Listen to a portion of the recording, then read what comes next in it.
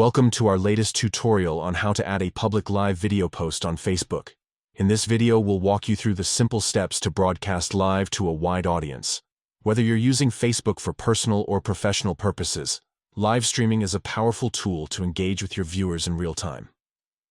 First, open the Facebook app on your mobile device. Once you're logged in, you'll see your news feed. To start creating a live video post, tap on the "What's on your mind" box at the top of your screen. This will open up a variety of post options, including photos, videos, and more. Scroll through these options until you find Live Video. Tap on it to begin setting up your live stream.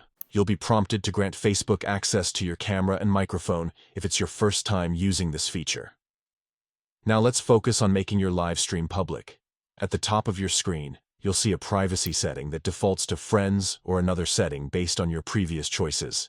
Tap on this setting and select Public from the options. This ensures that anyone can view your live stream, not just your friends or a specific group.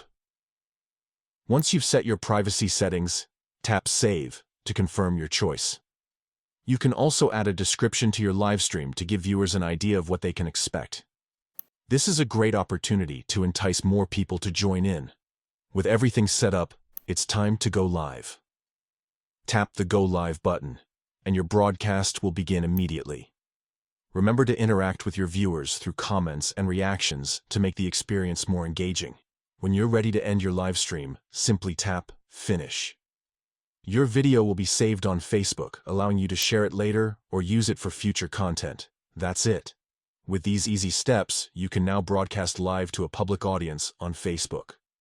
Whether you're sharing news, hosting a Q&A, or just connecting with friends, Facebook Live is a fantastic way to reach a wider audience in real time. Thanks for watching, and we hope you found this tutorial helpful.